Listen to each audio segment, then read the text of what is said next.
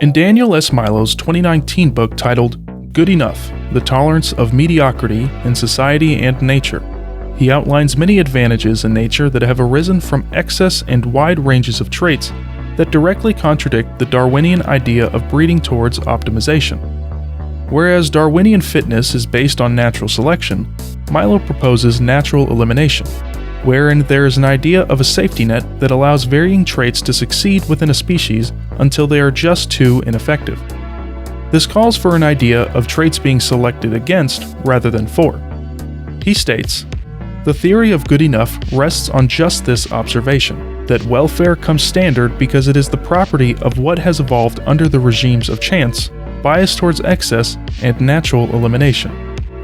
Chapter 9 of Milo's book is titled Humanity's Safety Net, and he begins it with this quote by Michel de Montaigne.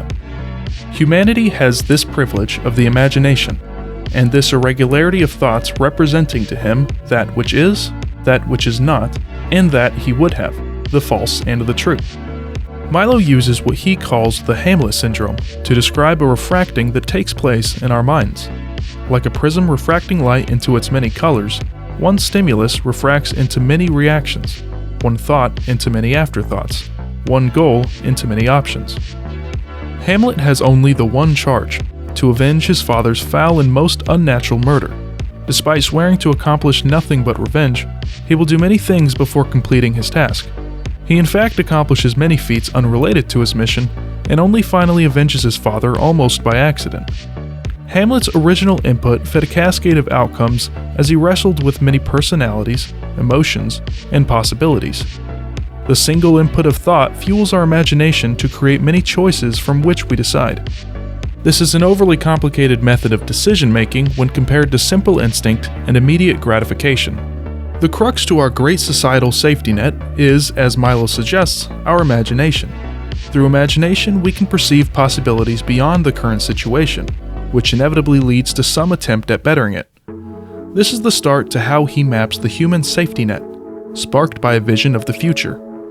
This vision of a better future then promotes three densely woven principles: cooperation, delegation, and specialization, which results in a dual action, producing excess and saving us from it. Cooperation allows humanity to work towards these goals for a better future. Delegation assigns roles, and specialization develops a dependency for each individual on others within society. This dependency and specialization frees each individual from the daily labors of survival that occupies the time of all other organisms, allowing for excess. It relieves most individuals of nearly every task essential to survival. This excess combined with dependency builds the safety net, but with the help of an overdeveloped brain. Milo argues that humanity owes to its unemployed neurons the best and the worst. Quoting Blaise Pascal's observation, "Nothing is so insufferable to man as to be completely at rest, without passions, without business, without diversion, without study."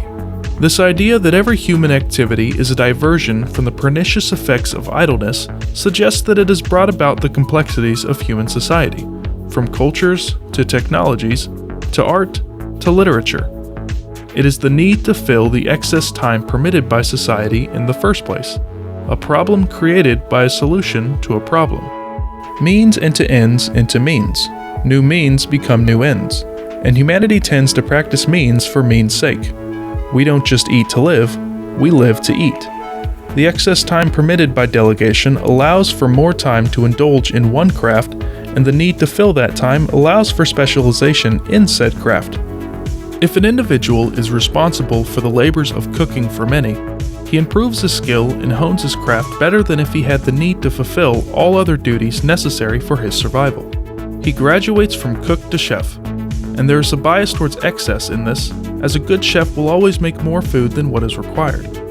Specialization will inevitably lead to excess in time and product, thus recreating the problem our brain attempted to solve. The privilege of humanity is that virtually everything in our lives is the product of others' doing. Our lives are made easy because humans never walk alone. One makes the clothes, one catches the food, one cooks the food, one makes the weapons used to kill and butcher the food, and one builds the home to eat it in. In this, the human condition can be compared to that of domestication or infantilization. The domesticated farm animal is generally less suited for the wild than its ancestors, as selective breeding has produced individuals with a dependent and docile behavior, traits that would be ill-fitted for the world outside the protection of their masters, and traits that favor greater production. This Milo refers to as secondary altriciality, with an altricial species being one whose young are in a less capable state than that of a precocial species. Secondary altriciality is the dependence of adults on someone other than themselves, but there may be more to humans being some of the most dependent adults on Earth. Through the process of neoteny, humans have retained traits into adulthood that in other apes are considered infantile. Milo argues that this may also be reflected in our reliance on sociality and need for cooperation. The last piece to this safety net is the bubbles that we create through the resulting excess. These bubbles allow us to have a progression of ideas that works in a similar way to natural selection. Whether it is selfhood or anything else we might produce, humans are always generating bubbles. The means and means loop ensures positive feedback run amok, hence a bubble, the arithmetic, the geometric, then exponential growth of a variable. In this passage, these bubbles come in three types: substitution, ranges, and diversity. Substitution is the arithmetic. It is the replacement of one quantity for another, ideally a greater quantity replacing a lesser one. Ranges are the exponential growth, with the range of a given quantity of traits expanding with time. Diversity is the geometric, when a new form of category joins others of the same. These categories of bubbles can reflect our nature in tool construction, but they can also explain population dynamics of organisms in a given ecosystem, two seemingly unrelated topics. In population dynamics, the introduction of populations previously separated may result in one species outcompeting another due to better fitness. This is referred to as overturn, but follows the same rule as substitution. In the case of stagnation, the quantity of traits in a population are likely to increase until there is a limit to its possible range. Diversity in a given niche refers to the number of species that can overlap in an environment without outcompeting each other. Where these bubbles can relate to our thought process is in the advancement of tools. Through substitution, one tool may fall out of favor and be replaced by its contemporary.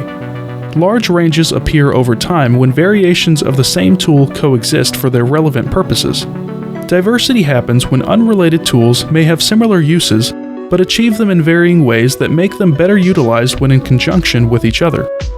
Through the use of generating bubbles, humans are capable of improving their survivability on a much smaller timescale than the many generations required by evolutionary change. These bubbles reflect in our daily lives through the classifications of disciplines, weaponry, ice cream flavors, and so forth. But we do not always manufacture and innovate because our survival ordains that we must. We do so precisely because our survival does not depend on it, because survival is so easy that we have time left to be bored. Under these conditions, most wish nothing more than to enjoy leisure, comfort, and the pursuit of their own uniqueness. But some invest their idle gray cells in improving the safety net, which frees more time and energy with which to further improve the safety net.